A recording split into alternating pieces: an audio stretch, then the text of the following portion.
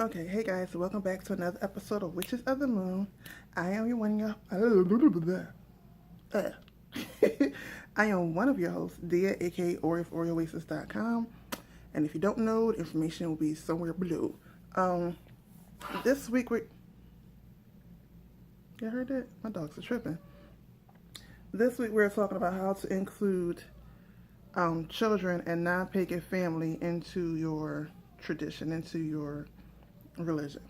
Okay, now first of all, as far as children, I'm hoping they're your children. I don't think you should be grabbing somebody else's kid and bringing them into your practice without their parents' permission. So I'm going to assume we're talking about your own children, whether you've adopted them, you're fostering them, or you're giving birth to them yourself. I'm going to assume they're your kids, that you are the legal guardian of. Okay, so with that being said, smaller children are easier because they're naturally curious. So for them, bringing them into the craft is easy. Just see what they like. They're naturally going to watch you and see what you're going to do. Allow them to be around you while you're doing your work. Um, Allow them to be around you while I was going to say something, but I changed my mind. I don't even want to go there. So allow them to be around you, at least for me, while you're doing your work, and they'll naturally start asking questions. Let them touch things that are safe for them to touch. Give them a protective area to explore. Like you can let them hold crystals. You can let them, when they get to a certain age, you don't want an 8-month-old holding a crystal because they put everything in their mouth. But when they get to a certain age where they can want to see and explore, let them see and explore safely, just like you do with their toys. Just like you do when you take them to the playground or the museum. You create a safe place for them to explore and touch and play with. Oh, and now as far as now, older children, they already start to have their ideas and perceptions of what the world should be. So I wouldn't force it on them. I would let them go with. The only thing I would really teach them is how to respect the craft and be open and honest, be able to talk about the craft. But as far as pulling them into the craft, for me, I just again, I would if they want to come in the craft again, I will still create a safe space. I've said it before. I don't believe in teaching children how to do baneful work, and I forgot which video I explained it in, but I do have another video that I explained that in. If I can remember, I'll put the link down below. But for the most part, I don't believe in teaching children how to do baneful work because they go through, they're sorting out their emotions, and then their body's going through changes and the different hormones and stuff.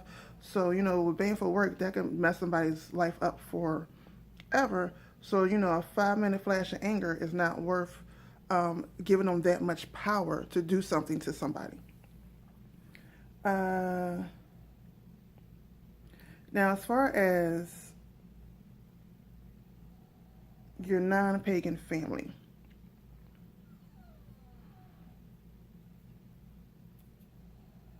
like, this is your practice, not theirs. So if they want to come and join, then join. Leave the door open. Leave the door open for conversation. However, you have to have enough discernment to know who to leave the door open for and who not to. A couple of years ago, my mom came to visit me, and we had a beautiful experience. She like I left it. It was a full moon weekend, and around here, every full moon they do a drumming on the beach. So sometimes I go, sometimes I don't go. But this time, my husband Grizz, he had a chance to go because he's normally at work during this time. So he had a chance to actually spend the full moon with me, and not only with me, with our children. And my mom was there, so he really wanted to go. I didn't know how my mama was going to take it. However, I threw it out there like, hey, there's a full moon jumping on the beach. Would you like to go? And to my surprise, she didn't ask no questions. She was like, yeah, let's go. I was like, huh? So before she could even think about it, I was like, all right, let's go. We went and had dinner on the beach, so she couldn't change her mind. She was always relaxed in the mode. She got to see him set up. She loved the drumming experience. She even got a reading. Shockingly, my mother, my Roman Catholic, holy roly mother, got a reading. Not by me though, by somebody else. I can't think of his name, but he did a great. When I say he read her to the T, he got her all the way together. He did a great job, though. I can see his face, but I can't think of his name. But yeah, leave the. I still like to say, just leave the invitation out there, and if they want to join in, fine. But don't force it on them. And I mean, I think the main problem with religion in general, regardless of what religion you are, is that most people try to force their beliefs on someone else. Now, I guess this other part will be learning how to have the conversation without having to dominate the conversation. So learning how to explain without defending. Because it's your beliefs. You don't need to defend it. If you truly believe it, there's nothing to defend. That's who you are. It's not going nowhere. So if someone wants to learn, the only thing you need to do is explain. Now, if they get to the point where them asking questions is more so them defending their belief, you have to have the discernment to know to shut that conversation down at that time and pick it up at another time if possible. Now, as far as them bringing it into your actual practices, I really don't believe in them bringing it into a practice without them knowing that it's a practice. My in-laws was down here not too long ago, and there's certain things that I do on certain times, and I let them, they already know this, and they just happen to be over at that time, so I let them know, hey, I don't know if you're comfortable or not, but at this time, I do this, this, and this. This is what I do, so I'm giving you the option, whether you want to stay and watch, or whether you want to step out for a minute, because it only took about 5 minutes, but whether you want to step outside for a minute, or, if y'all want to go somewhere, and I'll meet up with y'all later. They decided to stay and watch, because it was really just me,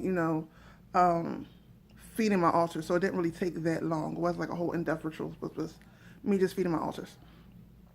So they decided to stay. So that's what I mean by give them the option. They had a couple of questions, and at some point I did have to shut the conversation down.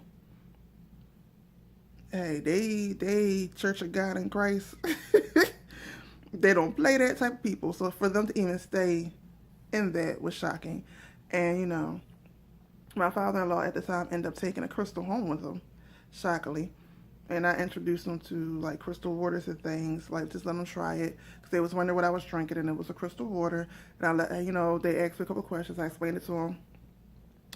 Father-in-law ended trying it. He ended up liking the, I guess it's not ironic, but he ended up liking the citrine water more than the amethyst or the pink quartz or the clear quartz. Because I don't try 4 different waters. But anyway, I'm rambling. So my whole thing is communication is there. Give them as much information up front. Don't just throw them in there and they go, haha, you did a ritual with me. To me, that's just disrespectful. Have good discernment, know when to shut it down. Again, children are naturally curious, so all you got to do is give them... Oh, speaking of children, if you homeschool, now this is a little bit extra, but if you homeschool and you really want to get your child, into their spirituality, then as you're doing critical thinking questions and math questions, you can switch certain things out to make it more so towards the pagan side. Like, instead of saying, like, if you want to teach your children how to start doing little spells of their own, instead of just saying 1 + 1 is 2, you could say, 1 oil plus 1 candle equals 2 items, but also equals this type of spell. So, for kids, you could do it that way and learn it that way. You can build a curriculum around it. I played with it for a little while, but at some point I was just like, only because that's too tedious and too in-depth. Fine, yes, but it's too tedious, too in-depth when you got too many things going on. However, that is a great thing. Critical thinking questions, you can print out, the questions that they have online, the essay questions that they have to answer. Just change up the story a little bit to make it more so towards your faith and your belief, and boom, you're done. I mean, Catholic school do this all the time. That's the whole point of going to Catholic school. So, there you go. So with that, I'm going to shut this video down because this is a long one, and I will see y'all next week. Don't forget to comment, rate, and subscribe.